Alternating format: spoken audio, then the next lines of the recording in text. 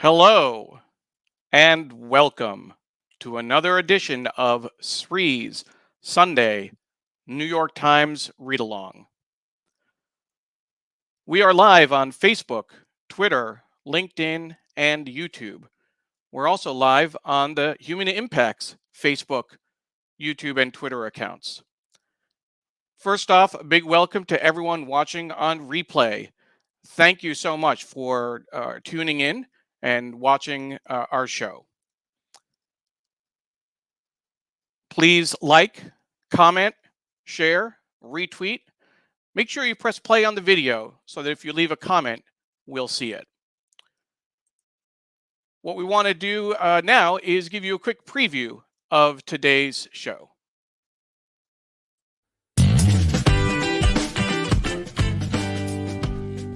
This week on Sri's Sunday New York Times Read Along, Tara DePorte, Executive Director and founder of the Human Impacts Institute. My name is Neil Parekh, and I will be the guest host. Human Impacts Institute is a nonprofit that uses arts and culture to inspire environmental action for social good. We'll talk about their stories of a just transition, featuring inspiring local climate leaders in Pittsburgh who are redefining what it means to transform their community.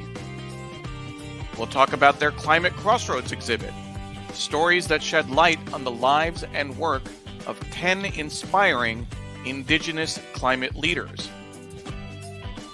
We'll also talk about their Creative Climate Awards, climate-inspired public works and actions. Special this week in the New York Times for Kids, a special print-only section that is published the last Sunday of the month. Every week, we review the print edition of the Sunday New York Times, taking audience comments and interviewing special guests. The show is produced by Digimentors. We produce high-quality virtual and hybrid events for organizations big and small around the world. We also do social and digital consulting, training, and workshops. Our production team includes Paula Kiger, Steve Taylor, Julia Weeks, and Carla Baranakis. Again, Tara DePorte is our guest this week. We're live on Facebook, Twitter, LinkedIn, YouTube, and our Digimentors website.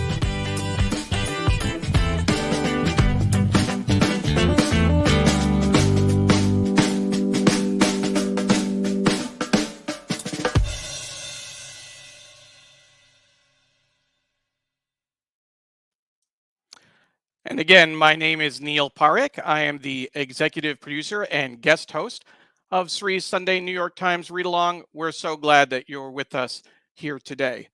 Our guest, as we just saw, is Tara DePorte, executive director of the Human Impacts Institute. We're looking forward to a great conversation today. But before we get started, let's go ahead and welcome some of the folks that are watching. As we're doing that, go ahead and let us know where you're watching from. And remember to tag a friend so they might be able to watch. We have, let's see, the first guest on my list, Amy Parekh Mehta, my sister, watching from Bellevue, Washington at 5:30 in the morning. I know the environment is very important to my sister. She's actually a lawyer and is very concerned with protecting the environment. So I'm glad that you're here, Amy. Thank you for waking up early. Doug Levy is also up early in California, 5:30 local time. Thank you, Doug. Sri is watching as well. Real Sri, as we like to call him, when he is. That's actually not Sri. So we want to make sure that that's actually Tara DePorte saying hi. Good morning from the Human Impacts Institute. She's in from Marseille, France, but is usually Brooklyn-based. Laura Silverman is watching from Philadelphia. Thank you, Laura. Jonathan Borstein is watching from the East Village. Miriam Berkeley is watching from Hell's Kitchen, New York. Miriam, always great to see you. Tim Sohn, one of our friends. Tim, glad that you're watching. Hope you're doing well. Patricia Freudenberg watching from New York.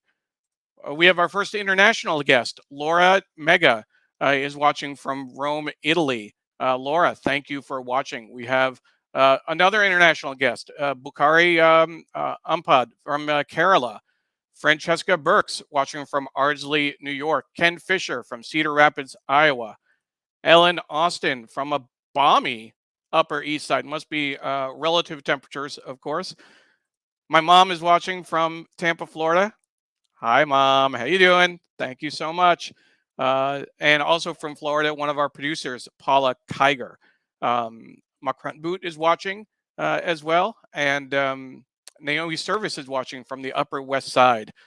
Thank you to everyone who is joining us this morning. And again, make sure to press play on the video. We also want to give a special shout out to everyone watching on the Human Impacts channels on Facebook, on Twitter, on YouTube. We're looking forward to a great conversation with Tara DePorte. First, we want to make just a couple of quick announcements. Again, a shout out to our production team. We have, in addition to Sri and myself, we have Paula Kiger, Steve Taylor, Julia Weeks, and Carla Baranakis. You'll see Paula Kiger today dropping in links to articles and engaging with the audience. It's a little extra that we do to make it, to give you context and give you something to reference later after reviewing the show. We also want to thank our sponsor, Muck Rack. Muck Rack has been a longtime sponsor of the New York Times Read Along. Thank you for all of your support. And of course, the New York Times Read Along is produced by Digimentors.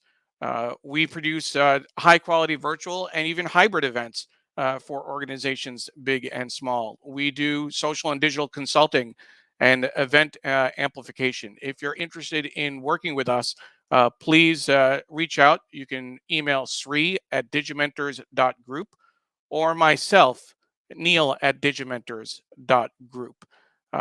So please get in touch. We'd love to work with you.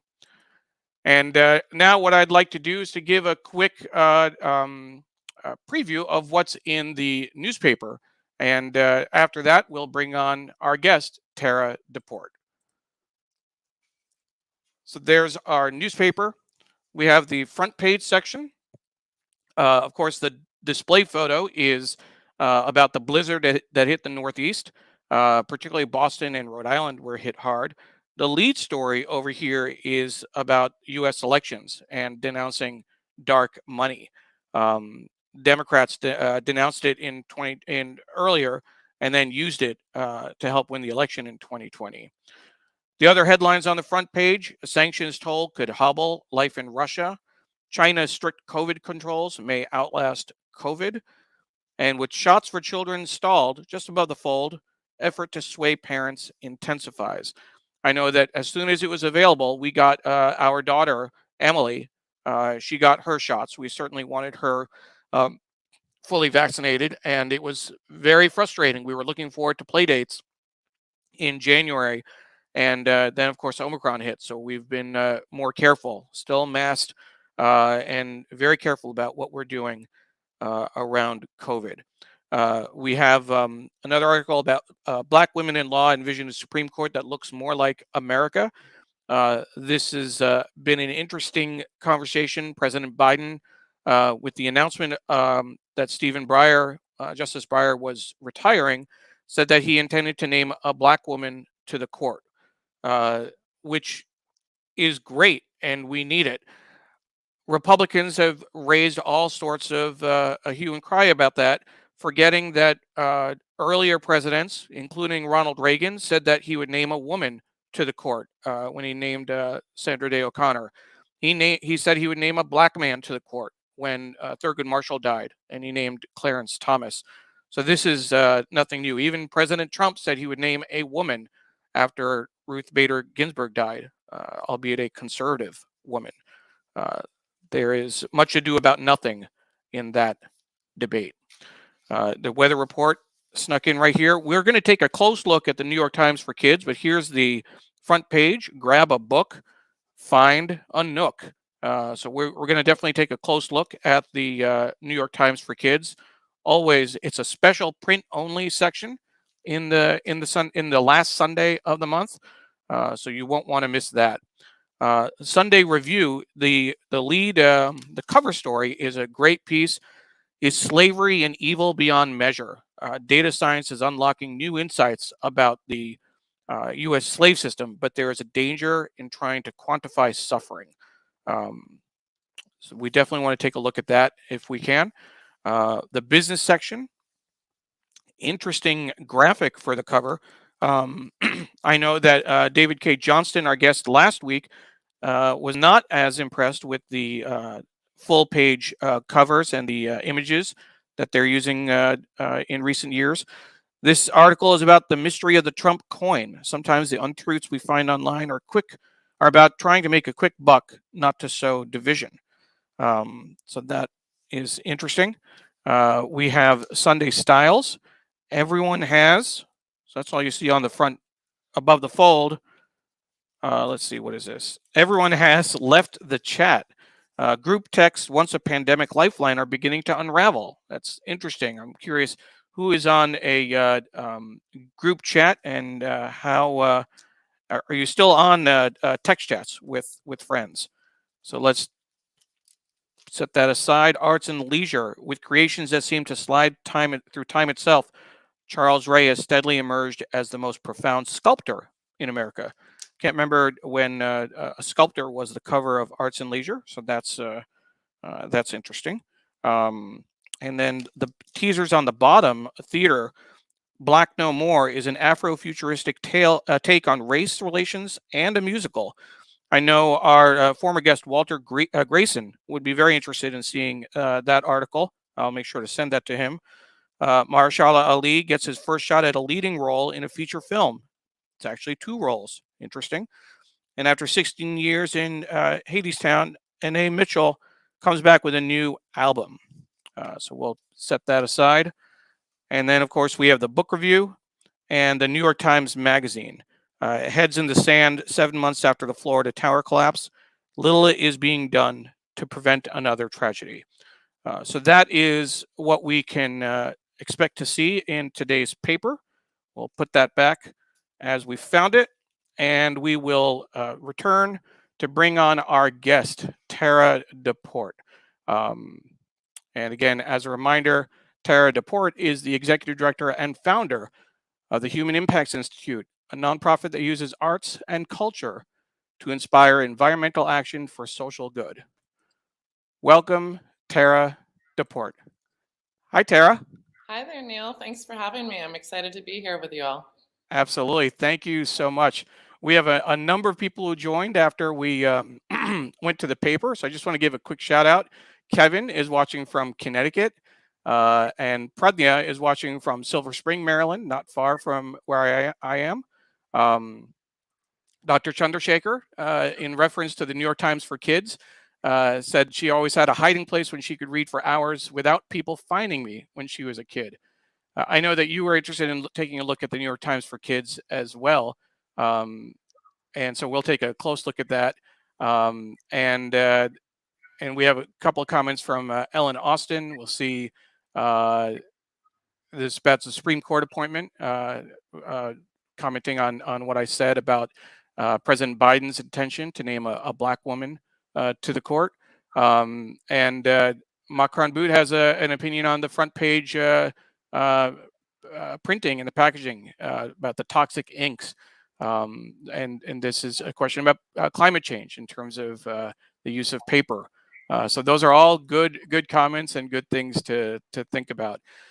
Before we jump in and before we learn more about the group that you founded and that you're the executive director of, I want to ask you personally, over the last almost 2 years now, what has life been like for you and your family, your loved ones under COVID? You're in Marseille, France today, but you're based in Brooklyn. Is that correct? Yes, yes, it is. I can say it's been a roller coaster. In terms of being a New Yorker and living through the onset of the pandemic. For one, I had just come back from the climate negotiations in Spain a couple weeks before the pandemic hit. So there also was coming from where the one epicenter to what became the next epicenter of New York. I think living through, particularly in New York City, through the first few months of global pandemic erupting, and hearing sirens all day, every day, and seeing the stories of sickness and death, and knowing how hard so many people, so many frontline workers are continuing to work without break. It's exhausting. It's exhausting just being a part of that.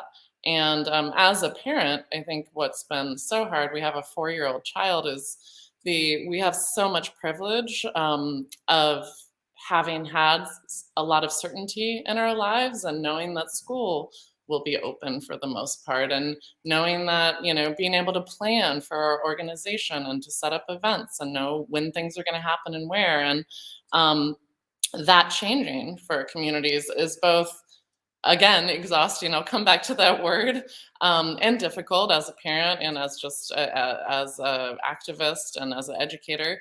But it also is a real eye opener, a personal eye opener for me on just how privileged I am in terms of having that reliability, not having having to have gone through this type of thing before. So it's been a roller coaster. But I'm also very lucky to be on a fellowship here with IMéRA, which is an Institute of Advanced Study in Marseille, France. And I have to say, it's definitely a little bit easier here because we can be outside in this time of year and socially distance outside. It does make a difference to be able to be outside, and I think roller coaster is definitely a good term for what we've been going through. I mean, you think back to last summer when things seemed to ease up, when there was a sense that we might be done. On the New York Times Read Along, one of the ways we can measure the impact is when the New York Times stopped publishing a travel section, right? Because people weren't traveling, and switched to an at-home section. Yeah. And then they stopped printing the at-home section, thinking that we didn't need that anymore. And they even did a big story at the end of June looking at nightlife in New York. At the end of June, they sent reporters out to 20 different locations, and you saw people were clubbing and dancing and having a good time, going to concerts. That certainly has changed.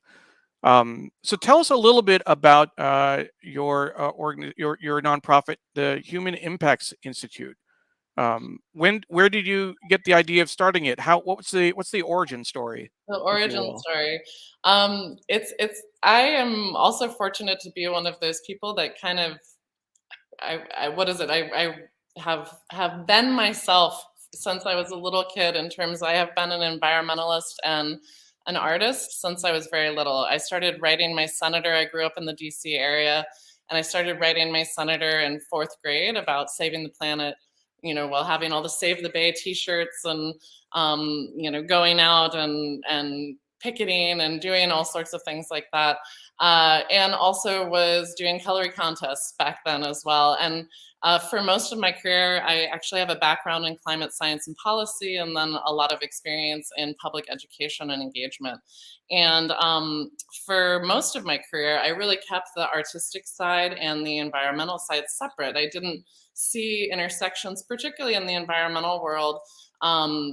I feared, honestly, that showing my artistic side would affect my legitimacy, particularly having been in a lot of spaces that are very male dominated. I was younger at the time. I'm not as young anymore, and worrying about that. But I started the organization after having worked for many years, both at high level policy, like consulting with the United Nations, things like that. Also teaching in universities, both in the US and Europe, and then also doing a lot of grassroots education in the city of New York, that we were really having an issue of communication and engagement around environmental issues.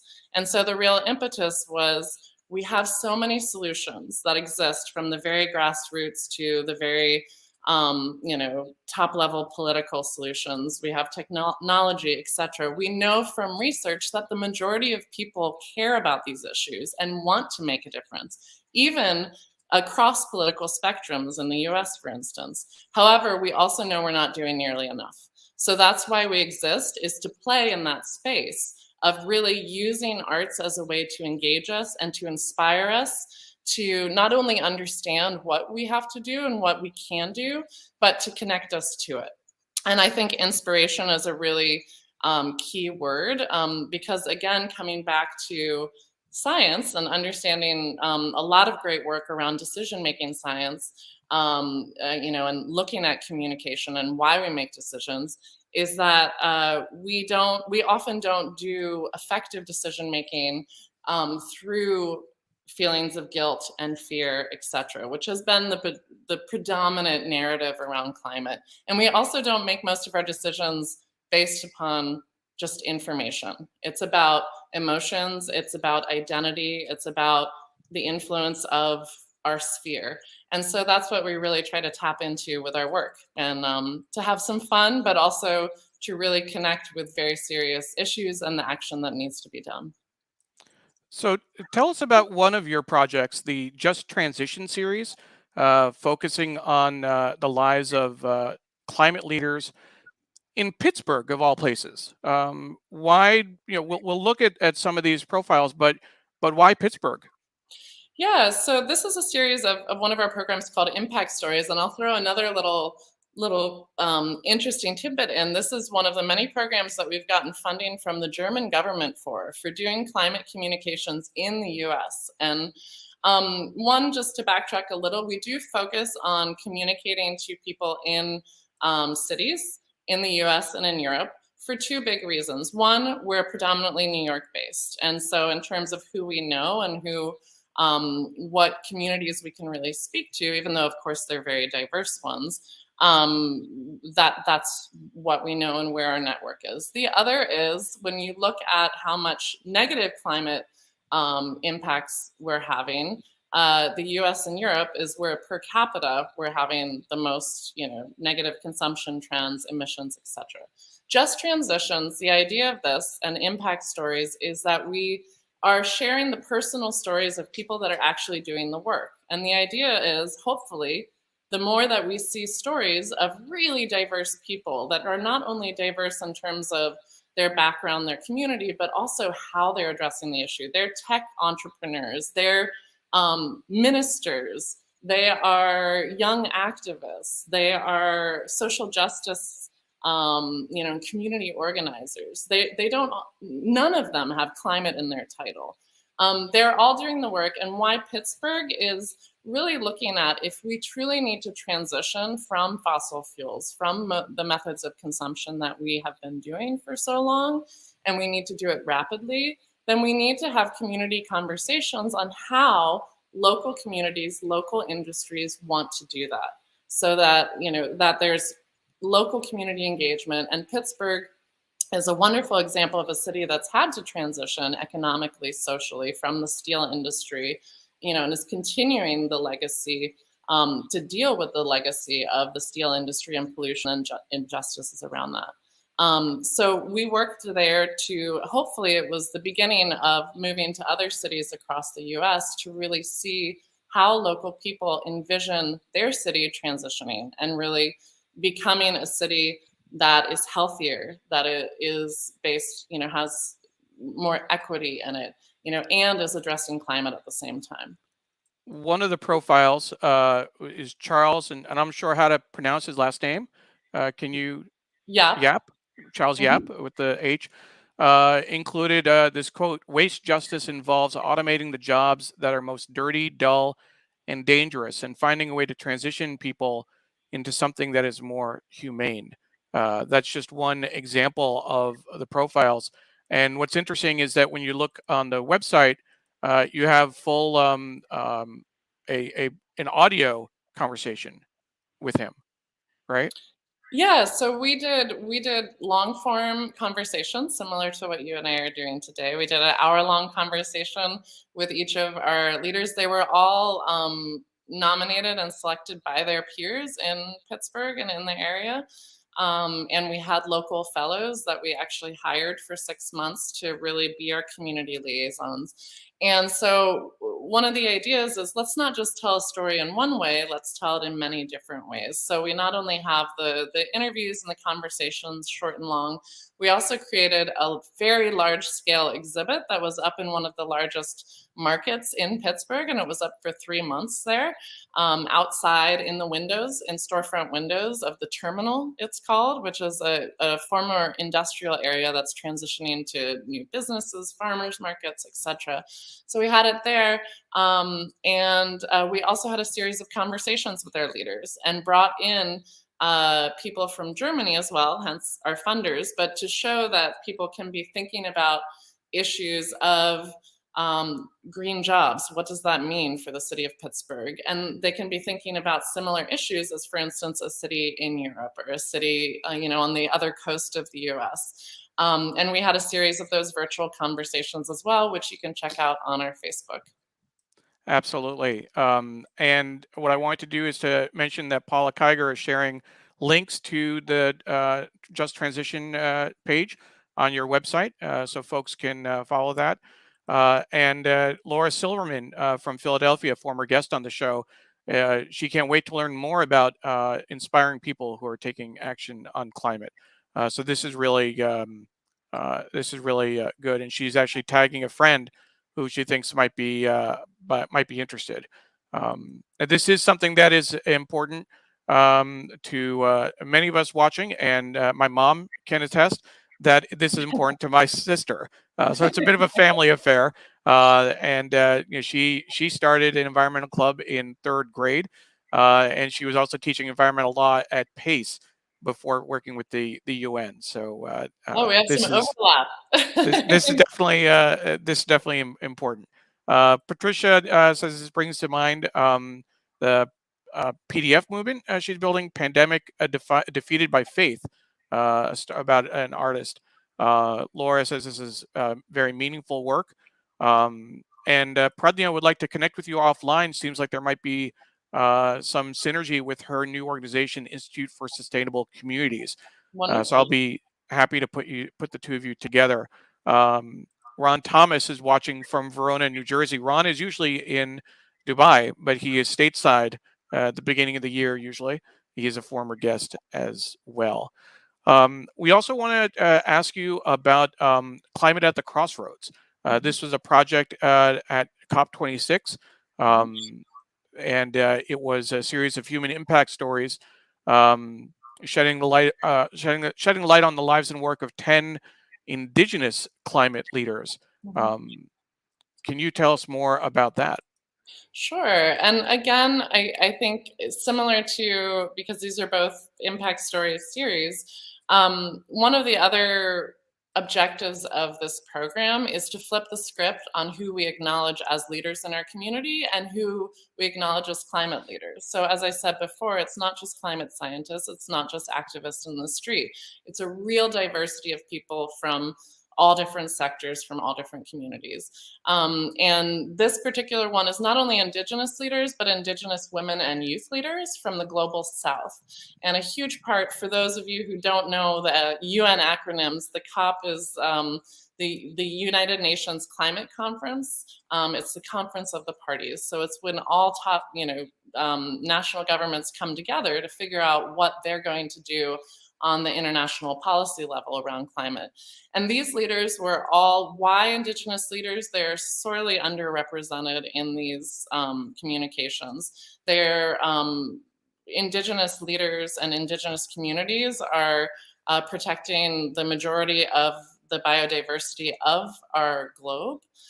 They're frontline defenders, as well as, are at the front lines of climate impacts as well. So we really wanted to showcase particularly what women and youth are doing in these communities to connect with climate and to ensure that their voices, even if they couldn't physically be in the halls of the UN climate, that their voices were there.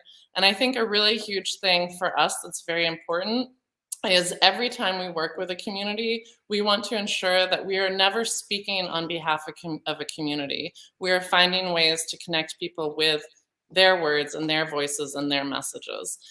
Each of these women and youth that were selected were nominated. Only Indigenous community members were able to nominate, and they were also selected by Indigenous community members from around the world.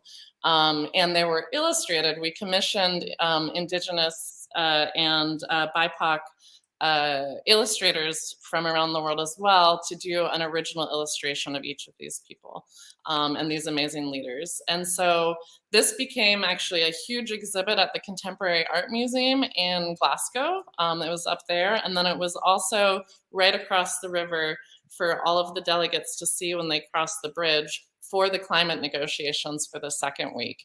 We also had a virtual exhibit there, and basically just tried to have these stories seen and heard by decision makers that were there to decide what policies our countries are going to take. I would say one other aspect of this is we also brought a delegation of 8 youth from around the world to be at the conference, and they were the ones that were able to engage with the public around this exhibit and to share more background on each of these amazing leaders. You're on Vihia right now, who is an amazing, powerful leader from Tahiti, who works a lot on environmental education and really how to show Indigenous youth in Tahiti that traditional knowledge around the environment and around their community is not only important, but also can be very much a career choice. So they don't have to choose other options that have come from, French colonialism on the islands, etc. They can invest in their own community, their own local knowledge, and hundreds of years of knowledge there. That's great. I do want to ask, we're getting some great comments. Pradnya is saying this is spectacular, particularly when we're showing the main page, the full range of stories. I'll keep it at the top since we have this slider that we can see. And there's one picture in particular. Let's see, Randall is watching from Beverly Hills, Michigan. Randall, thank you for joining us. Our friend Stefan Kaplan absolutely loves your use of powerful imagery to raise awareness. I was going to ask, and you talked about having commissioning an artist. What was that decision-making life? You could have easily, not necessarily easily, but you could have worked off of photography. What was the decision-making around that? Yeah, so we have used photographs in the past. I think, again, one of the ideas of our organization is how do we pair inspiration with action? And for instance, the more we can actually bring together creatives, so that's filmmakers and designers and illustrators and artists, with the people that are doing the on-the-ground work, then we're really going to know how to engage with people more effectively. We're going to pair that inspiration with the action at the same time. So, we commissioned artists for this, not only to make a truly beautiful exhibit. If you can imagine, these posters ended up, we printed them for indoor and outdoor, they're about 5 feet tall. Wow. And so they're larger than life, and they have the words, the quotes from each of our leaders on there, the actions they want us to take. Because one of the things we always ask all of our guests is, what do you want us to do? What do you demand of us? And so we include each of that. Keenan, who's right there, he's a 16-year-old from Indonesia who is one of the most brilliant filmmakers I've ever seen. And he became a filmmaker because he saw so many people coming to his community to tell their story. And he said, wait a minute, why aren't we telling our own story? Why aren't we sharing that? And I think that's also a part of coming back to your question, Neil, is the more we can connect storytellers with people that have such important stories, just the more beautiful, engaging stories we're going to get. And I love supporting artists as well. I have many answers to that question. No, that's all great. Keenan's call to action, as you said, we've always thought really far ahead whenever we make decisions, and more people should really take that into account. We need to think more about future generations and how Indigenous people's rights need to be recognized to ensure a much more sustainable future. And in addition to the call to action and a little bit in their own words, you also have it translated to their native language, I assume. And you Yes. do that for each of the indigenous leaders. That's just it's really great. And again, my mom says it's great to give importance to indigenous people. Emily Silverman is watching from a snow-covered New Rochelle. So thank you, Emily, for joining us. We certainly uh, um, appreciate everyone watching. The third item that we wanted to cover with you and really give you a chance to talk about the work you do is your Climate Creative Awards. This was an event that took place last fall. It's an annual event showcasing climate-inspired public works and actions. What can you tell us about that? Sure. So our Creative Climate Awards, we typically have an open call, and we have had, it was one of our earliest programs. I started it by calling a few friends in New York City, artist friends, and saying, hey, you want to go do some performance art around the city about climate change? And they all said yes, which was that's New York. Everyone's ready to play.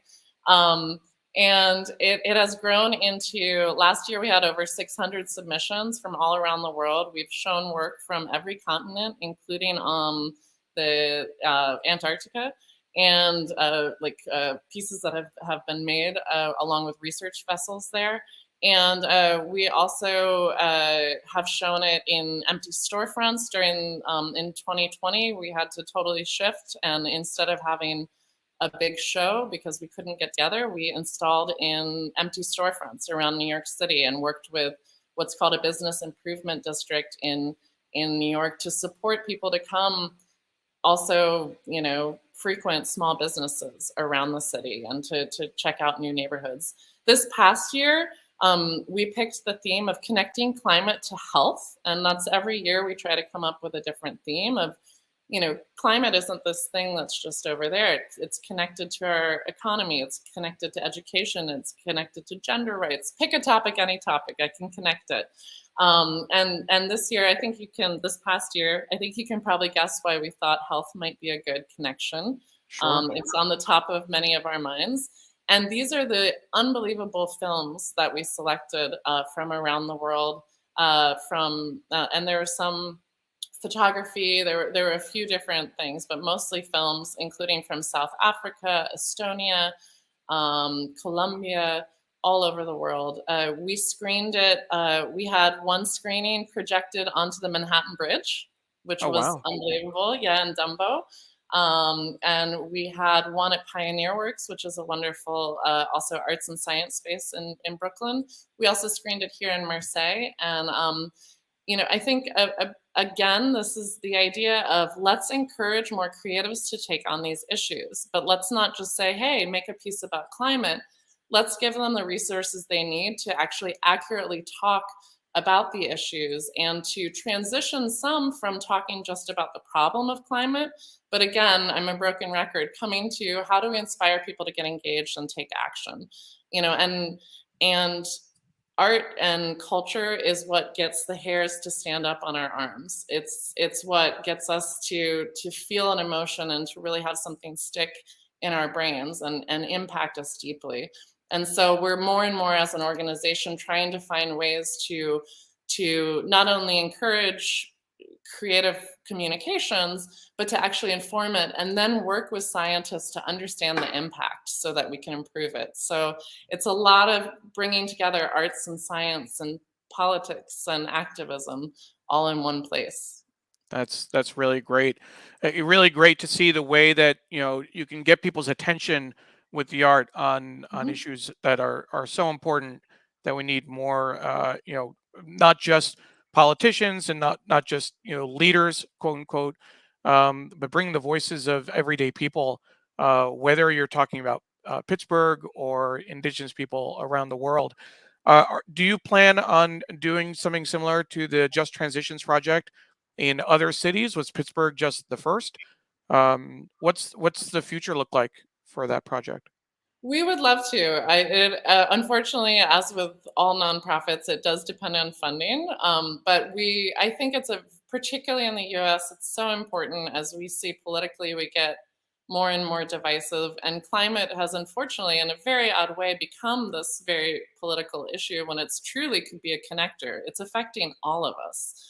Um, and that's one thing I can say with impact stories. One of my earliest, for the first series we did one of the first ones was in Atlanta, Georgia, and one of the women that I interviewed was one of the founder of the Tea Party movement, and it was one of the Interesting. best. And she supports renewable energy, and her community supports it massively. She will not talk about climate change, but in terms of action and solutions, there are these. We can get to that conversation. I think through storytelling and showing leaders that don't all look like me and don't all have the same, very northeastern liberal back. I'm the typical environmentalist. I own it. I'm all the things you think, and that's just very powerful. So we would love to go to other communities across the states and really showcase people in small cities and large cities that are really addressing this issue and that we can learn from. And the more people that can see themselves in the movement, the better, because we need all hands on deck. And you mentioned that the Just Transition series was funded in part through the German embassy, the German consulate in New York, specifically. Say a little bit more about that relationship. What was their interest in funding this kind of work in an urban center in the U.S.? Sure, it's a kind of an interesting lesson in the connection between local and global, and how international diplomacy works in a sense. Germany has done a lot in their own country and pushed a lot in terms of climate and energy issues. Certainly not perfect, but has taken on a lot from the policy perspective, particularly. And they very much acknowledge that if it's only them doing it, and for instance, the US isn't on board, their efforts are going to be wasted in terms of climate impacts. And so they not only want to share some of the examples of what they've done in Germany, but also want to encourage communities in other countries to address climate change as well, and to come to the table, both in the local sense and otherwise, and likewise to learn.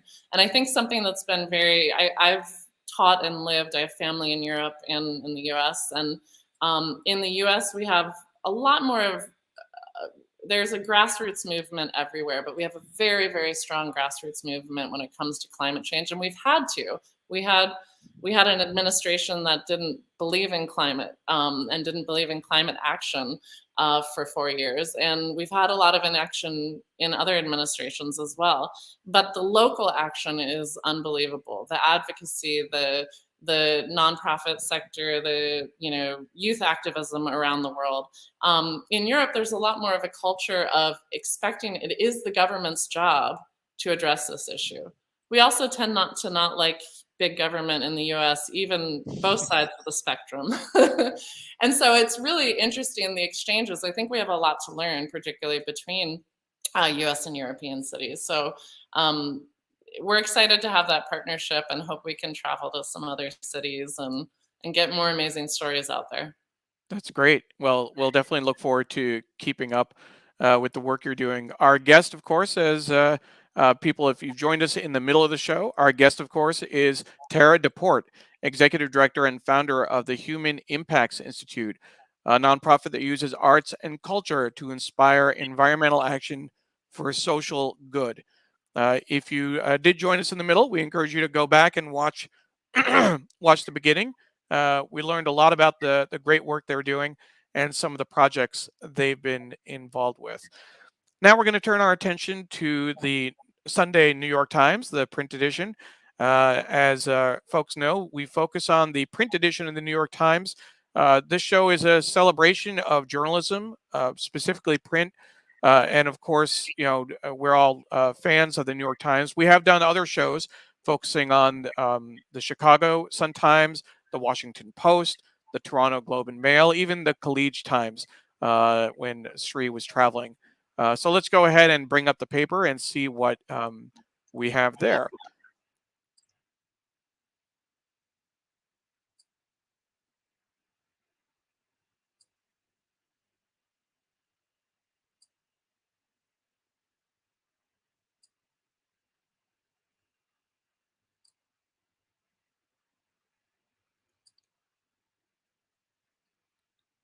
Neil, we don't hear you right now if you're talking.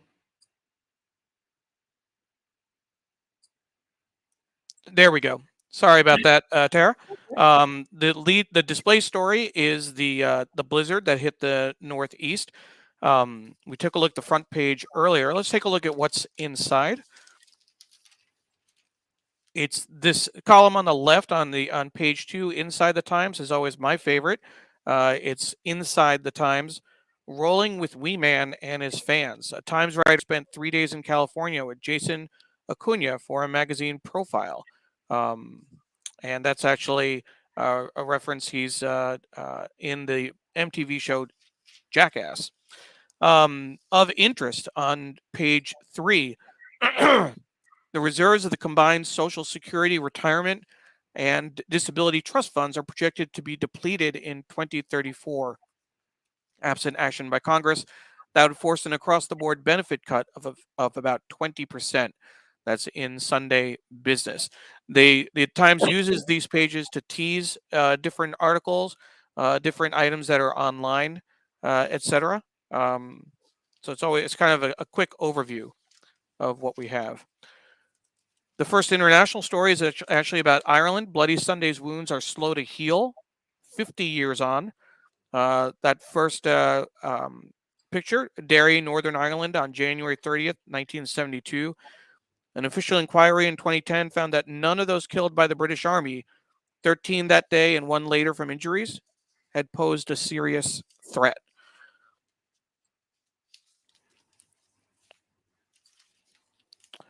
An ambush fuels outrage in India over impunity for the military. So there are certain areas in India that are controlled by the military. They have impunity. This is something that it looks like there might be some movement on. Calls to end a Special Powers Act after a deadly mistake.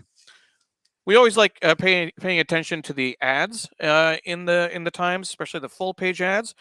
Canada is trying to get some folks to travel, some tourism.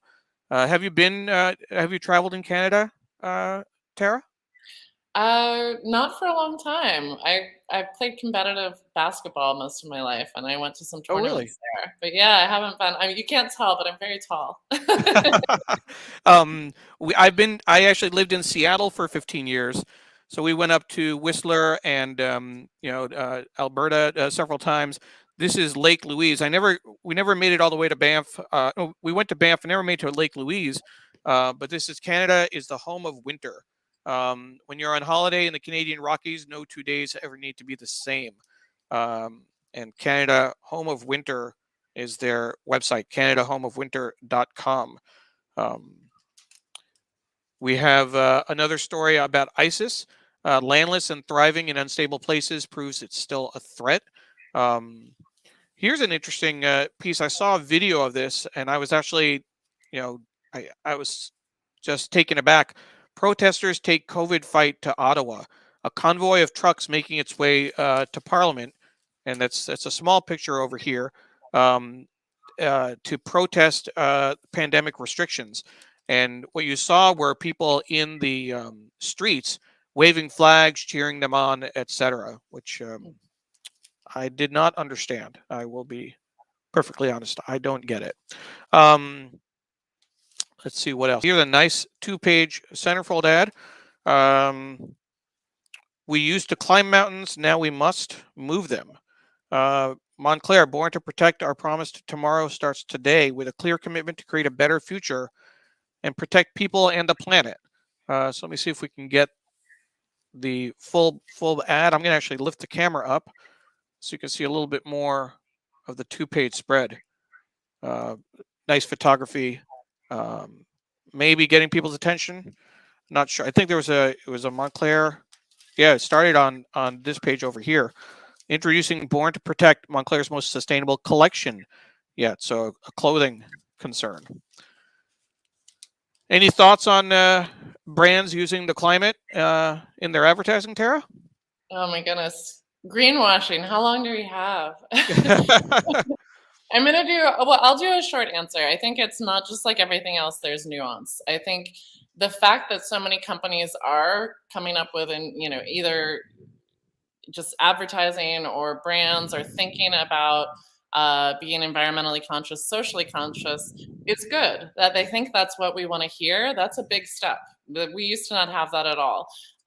Whether it's really having an impact, then we need to get into looking at the numbers. Is it really a commitment from this company? What is their negative environmental impact, their social impact, and how does this new environmental line address that? Is it a 1% of all of the things they produce and just big advertising, or is it truly a company-wide effort? So I think that's just like any other issue, it's not just yes or no. I do get excited that companies think that that's what we want to hear, because we also know that we're the consumers, we're the ones that's driving the production, the consumption, and we're the ones also driving which companies stay in business. So, but we do need more metrics and more monitoring about it. So points for direction, but you'll wait to see how it's executed. Exactly. Is that a Show fair me summary? the numbers. Show me the numbers. Show the numbers. Absolutely. But I think that 15 years ago maybe you wouldn't even see this much. I mean, the fact that greenwashing is a thing is interesting. Yeah, it shows in terms of priorities for people and what people want to hear from companies. And Neil, while you're flipping through this, it's really fascinating. My brain is playing a game that I play with a lot of my students, is give me a topic and I'll connect it to climate change. So every headline you're choosing, I'm like, how would I connect that to climate change? Absolutely. Some of these are a little bit more challenging, but I mean, we can play the game if you want. We have these three stories. On the top left, the headline is Macron, with election approaching, walks a fine line on Ukraine. No longer content to manage Europe, Putin tries to reset it. And this is the jump: swift and severe U.S. sanctions could hobble life in Russia. Sure, So that's an let's easy talk one. about Russia, Ukraine, and impending war. What's the climate angle there? Most of Europe depends on fossil fuels for energy from Russia. Yep, So natural gas. Europe cares tremendously about the sanctions and what that would do, and of course also cares, in terms of the energy sense and economic sense on that, and then on whether Ukraine will be invaded or not. And of course, then there's many other issues in terms of humanitarian security. The role of NATO. I happen to be in France. There's a lot of talk about how Macron is positioning himself basically to win the elections in April. Which is that he wants to look like he's helping lead NATO in these conversations and is also retaining dialogue with Putin.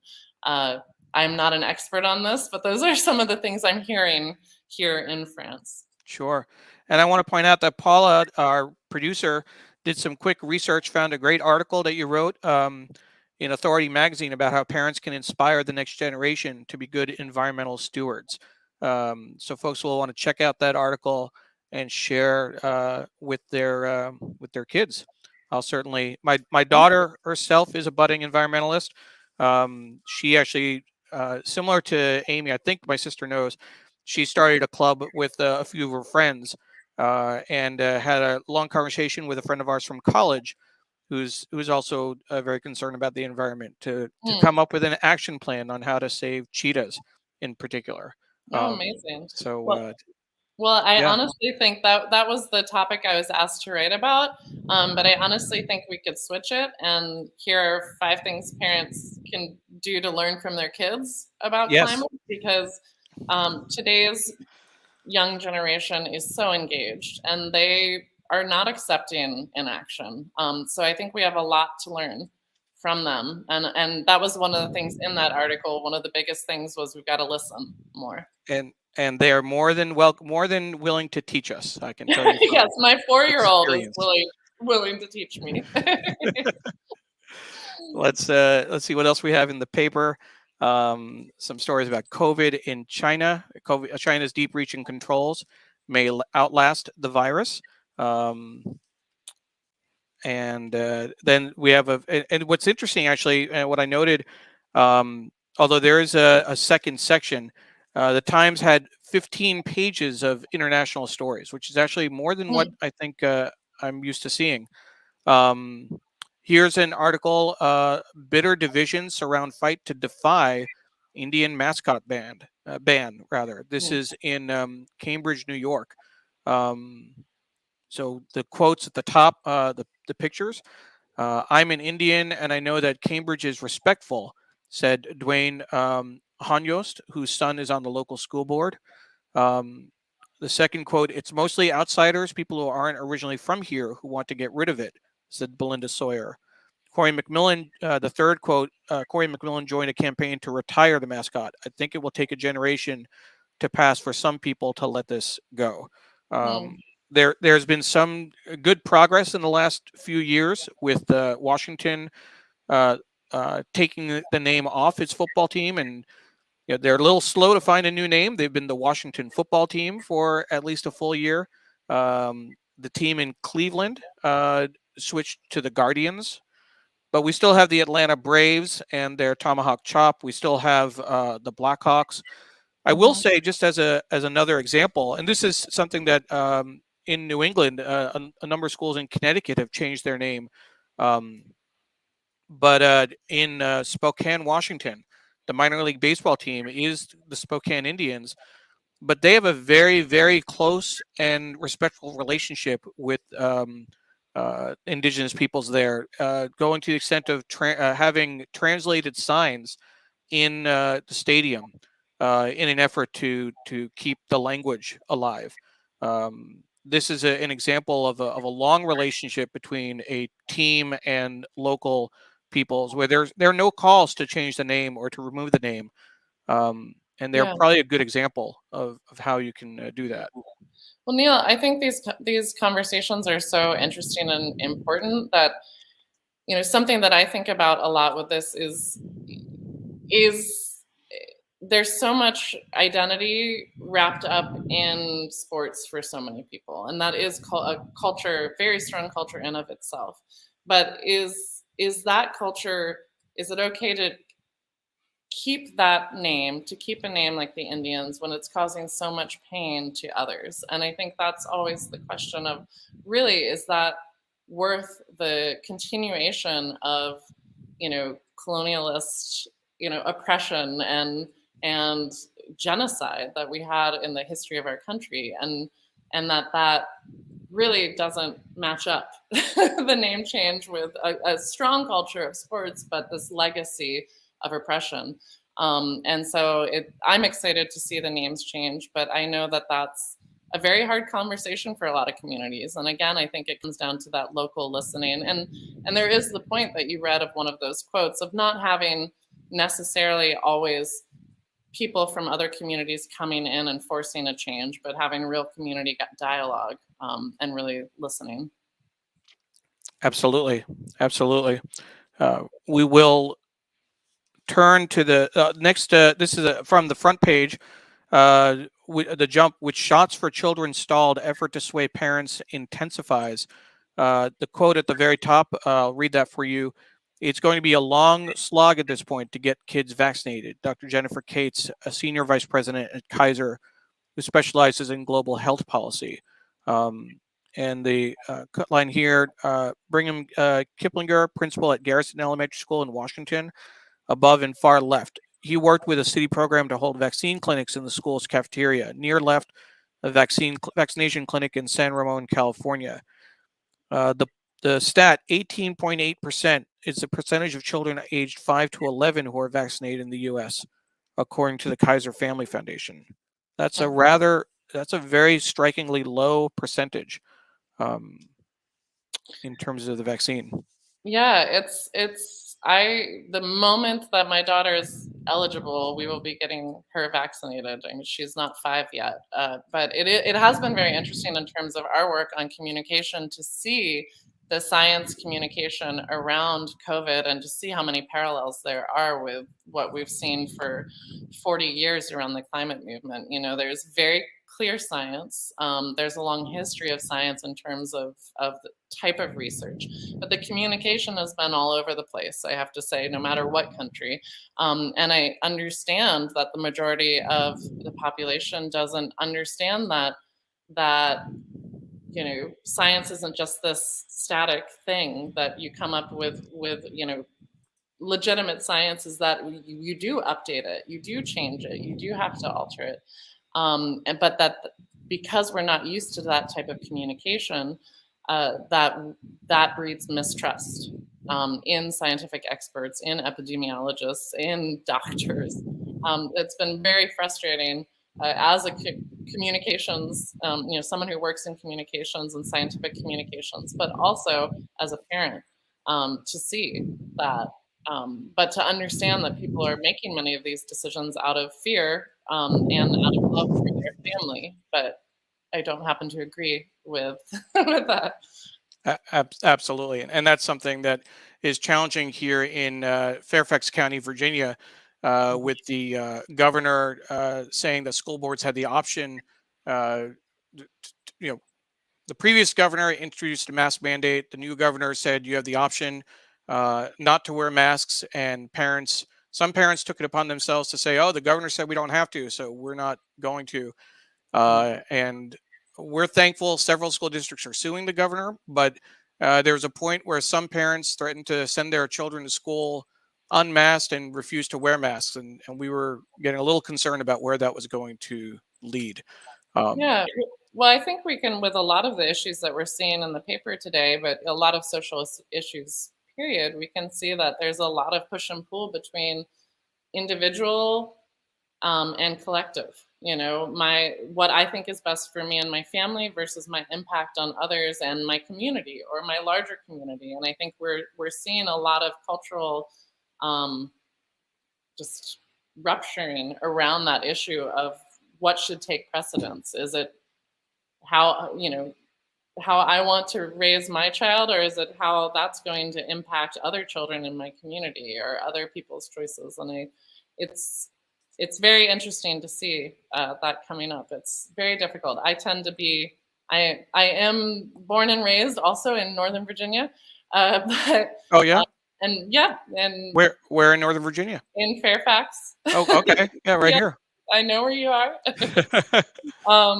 And I am very individualistic, compared to many other cultures, because that's what I grew up with. But to see how much we have such an impact, we are not living in a bubble, no matter where we're living these days. Sure. We have in social impact. Every jacket we buy, goes all around the world in so many ways.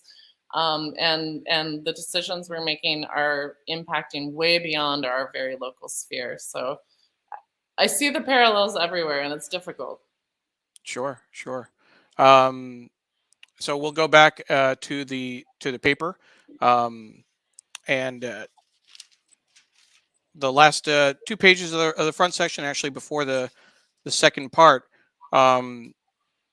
New research hints at 4 factors that may increase chances of long COVID. And then there's still bitterness from Supreme Court fights hangs over the coming nomination. Here was an interesting story with the supply chain issues, et cetera. There was a ship that was a container ship that was stuck waiting, and a storm came. 2 containers got thrown overboard, and almost all of the cookbooks that had been printed were lost at sea, delaying the release by several months. They're going to have to go back and reprint them.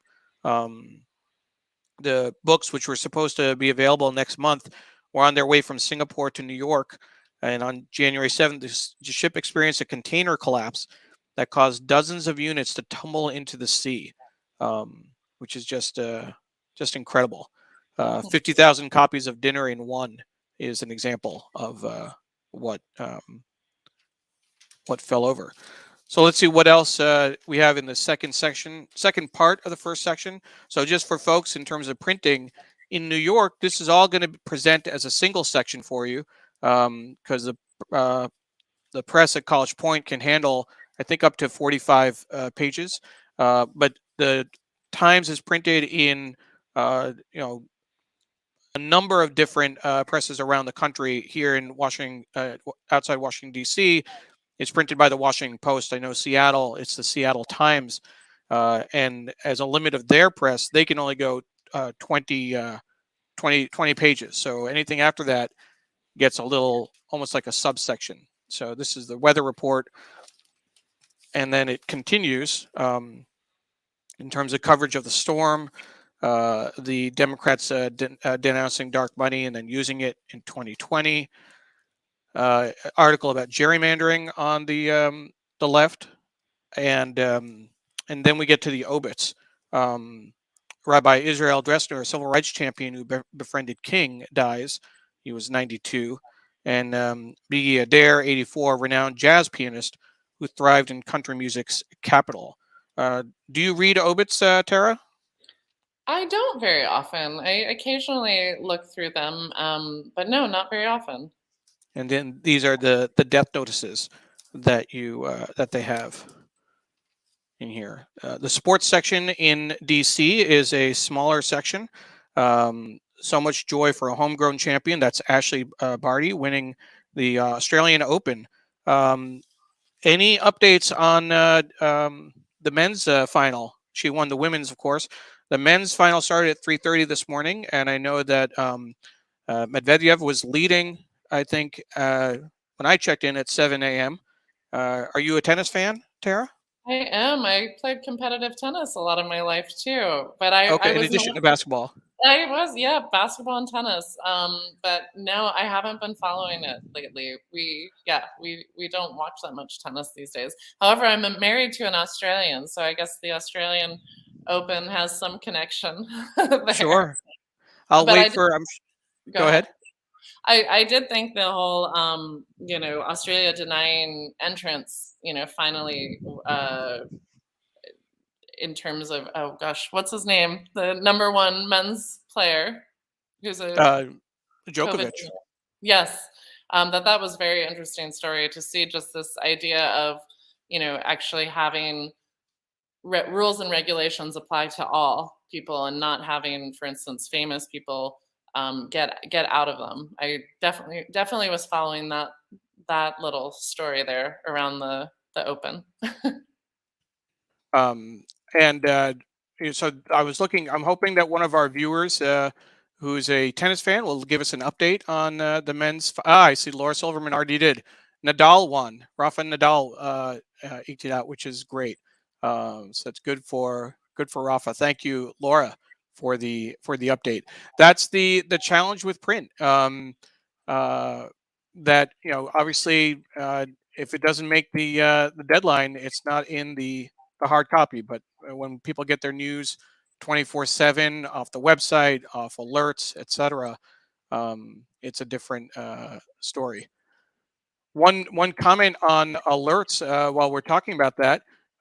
If folks are fans of Jeopardy, they may know that there was a streak. Amy lost her streak just earlier this week, but what was really interesting is that several news outlets put out an alert even before the show finished airing on the East Coast, saying that she Oh lost. no! Oh So you no! had a number of, it's the Times, the Post, even AP, and put that out. And so they spoiled it for not just people who are still watching the show, but in some markets it airs later.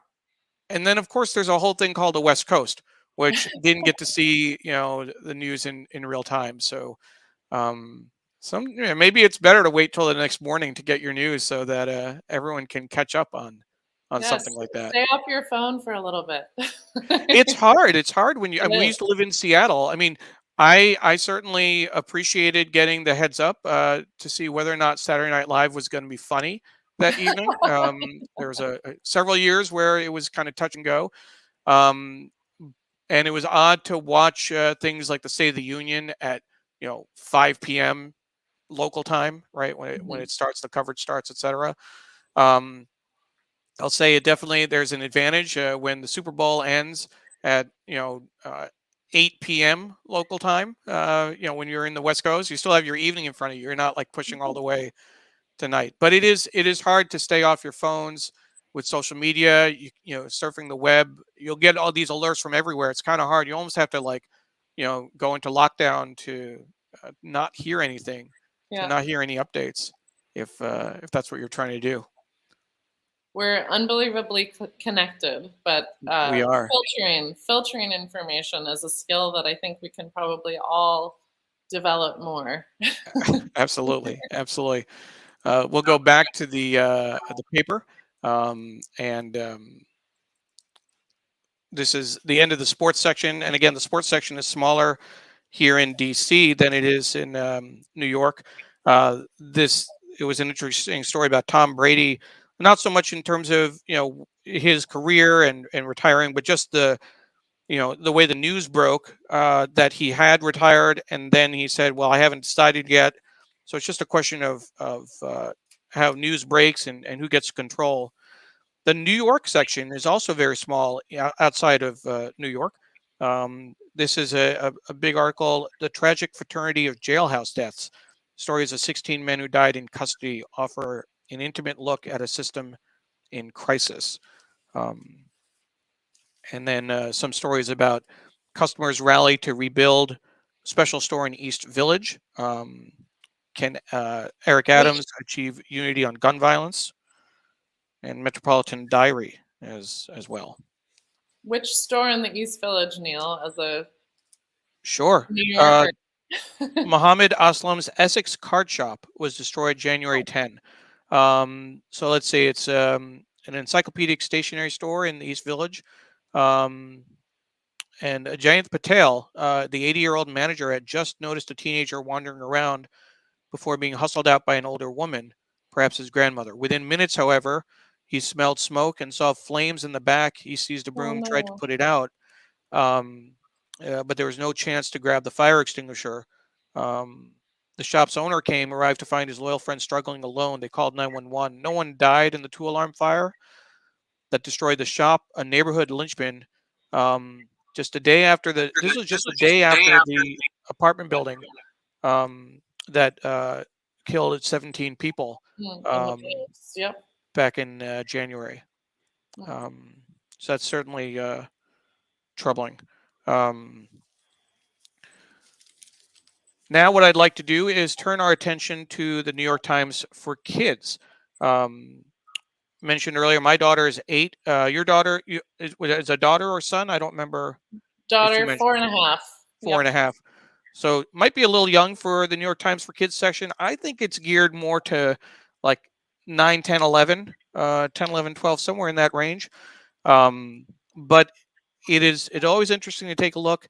They have a little editor's note at the top. This section should not be read by grown-ups.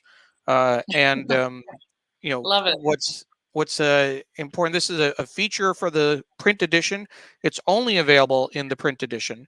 You can't get it online. And I know that my colleague Paula just is always a little frustrated when we get to the New York Times for Kids because there's nothing for her to do. She can't put in a link to an article. She can't share it. Everyone just gets to sit back and watch. So this, and I remember Dr. Chandrasekhar had a nice comment earlier about when she was a kid, she would look for a nook somewhere to read. So let's see if we can pull that up again. Let's see.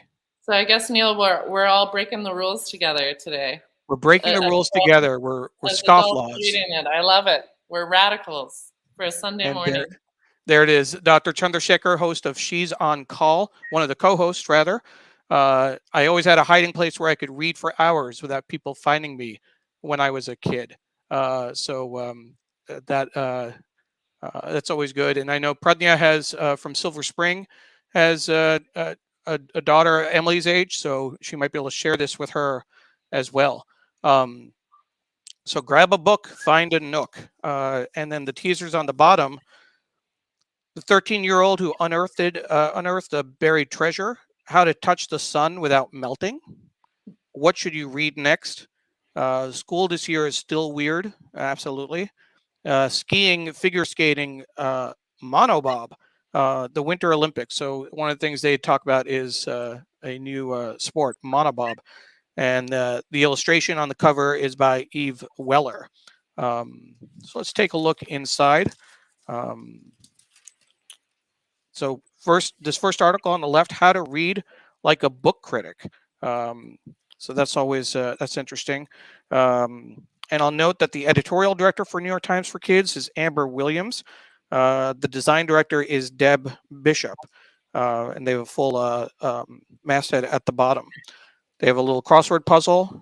I'll turn this up for the bottom. So you have crossword puzzle at the bottom. They have some funnies. My most embarrassing moment. So by Rodrigo Aguilar Rodrigo Aguilar Hernandez 9 from Bethesda, Maryland. Last July, I went to a fancy seafood restaurant with my family. I was walking back from the bathroom when I saw a bowl of fries on the table next to ours. They looked so good I couldn't help it. I took some, but the waiter saw me and yelled at me to stop. Everyone in the restaurant stared at me. I walked back to my seat, blushing so hard and crying silently. All right. How many of you have either thought about doing that or done it? I have definitely thought about it many times. My husband has done it. I definitely stare at food, but give him credit for actually submitting that as a story and owning up to it. I mean, that actually is a big deal. In times of COVID, it's a whole other story, but pre-COVID. Sure. I know I worked at a sushi restaurant in undergrad and was a waitress. And when there was untouched, really fancy sushi, we'd occasionally be like, that might be okay. If it's untouched, if it comes back to the back of the house, that's a different story. That's another story. Now, taking one as you take it to the table, that might be different. I don't know. I think that's frowned upon, I think. What's interesting is the way they've set up the New York Times for Kids. They have an Inside the Times section, like the regular paper does, and a national section. So this is an article. My mom quit her job. A mid-year school check-in to kind of get thoughts from 10-year-olds and 12-year-olds and 11-year-olds. So that's kind of the age that they're looking at. And then they have a piece on the Chinese New Year, Welcome to the Year of the Tiger, at the very bottom. So I'll show that. Neil, as well. for that my mom quit her job, that resonates with me in terms of just having read so much about the gender disparities of the impacts of COVID and on careers of parents. And I'm excited. I wish I had this section to be able to read that. You're gonna have to scan it for me. Well, the beginning of the article, Connie Archinall was shocked when her mom told her last July she was quitting her job. Connie 9 knew that working as a doctor during the pandemic left her mom completely exhausted. Still, she hadn't expected her to quit. And I know that folks watching, a lot of the moms out there have had to take on incredible amounts of work to cover both home and career during the pandemic, particularly with kids at home. And so that's been a huge impact. But a quick shout out to some of the moms who are watching the show and the working moms. Know how much you have been balancing over the last 2 years. Well, what's interesting to me, Neil, is that we still have that societal expectation that even in two-party households, that it's the mom that will sacrifice, even though, yes. We don't see dads necessarily doing that as much or see as many stories of that. So it, to me, shows that we have a long way to go, both in terms of women's empowerment, but also men's empowerment, that, all parents and non-binary as well, all parents are very important in our children's life and are needed to both be home and to work and sustain the family. Other stories is a science section, saving the manatees with snacks. A manatee and her calf grazing in Florida's Crystal River. Pollution from humans is threatening the great mammals. Here's that piece on Journey to the Sun. Again, I'll fold to show you the artwork at least. They have talking about a NASA spacecraft that is going toward the sun. 5 things to know about Omicron, which is helpful for adults as well. What I've found with the New York Times for Kids is they explain things really well. Really good for adults to read. Who decides what you can read? And this is really interesting, particularly with the news of books being banned in several quarters, particularly Mouse, the graphic novel about the Holocaust. There's a school board in Tennessee that voted to ban it 10-0, which is just incredible. A step-by-step guide to unlocking the secrets of the library. That's the piece on the bottom. You can see that underneath there. Let's see. There's a book review section by kids for kids, covering The Crossover, The Secret Garden on 81st Street, and The Nutcracker. Now, this is what's really interesting. This center graphic, I'm going to pick up the camera again so you can see the whole thing. Try and get the full range of this centerfold. Of course, my arm's in the way, but Help, I Need a Book. It's a guide to finding books that you might be interested in. So if you start off in the center, Help, I Need a Book. My parents are forcing me to read. I want to escape into a different world. I've already read everything. I'm so bored. It's kind of like a flow chart to get you to different recommendations, which is neat. Some of the books that you end up with: The Secret Diary of Adrian Mole, The Last Gate of the Emperor, 21 Balloons. Let's see, Gone to the Woods: Surviving a Lost Childhood. There's this article about 13-year-old finds buried treasure. An article about kids in Uganda going back to school for the first time in 22 months. That's the piece right here. And then watch these 4 amazing teen Olympians with the Olympics starting next week on the 4th. Very timely. A piece about artificial snow. And then an explainer about, in their sports section, introducing monobob.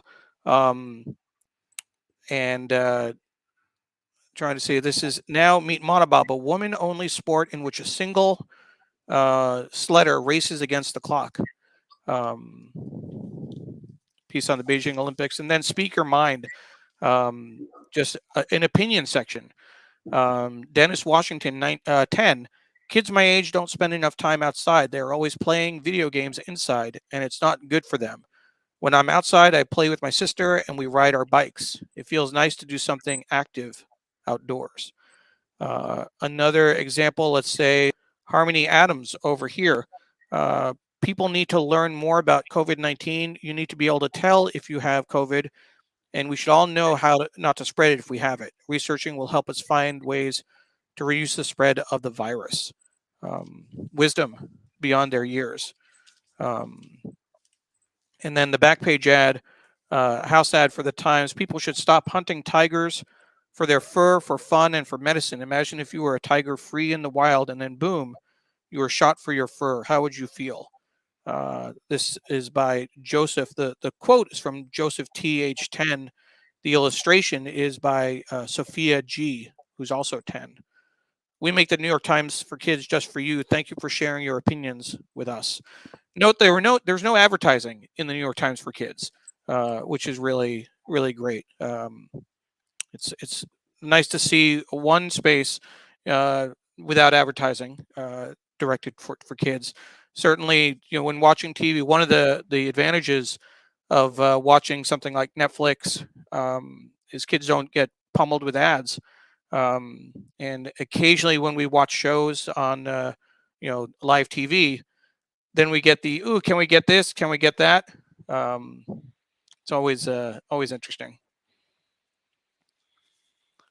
So that was the New York Times for kids. We're approaching the top of the hour, so I want to make sure that we have a chance to wrap up. There was a lot we didn't get to cover, of course, but that's often the case with the read along. There's a lot of great content out there, and we certainly want to cover what we can. Tara, what I'd like to do now is to just take a moment, make a few announcements, and then bring you back for a final word and to remind people about the Human Impacts Institute and the work that you do. Wonderful. Thank you, Neil. So again, this was the Sri Sunday New York Times read along. I want to first make sure that we mention next week's guest. Next week's guest is Ian O'Connor, an award-winning columnist and senior writer at ESPN.com. He's written New York Times bestsellers Belichick, The Captain, and Arnie and Jack. Of course, The Captain refers to Derek Jeter, in case anyone missed that reference.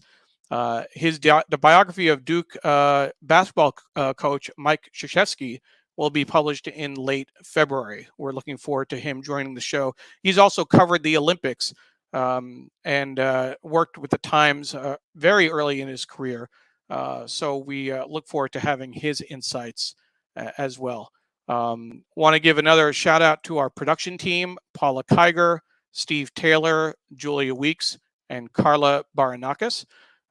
You can follow them at Big Green Pen, at Steve DeReeve, at Julia L. Weeks, and at Kabara. And whenever we talk about Carla, we talk about the local connection. The Center for Cooperative Media at Montclair State University brings you the Local Connection newsletter. Each week, it offers story ideas and pro tips for journalists. And best of all, it's free.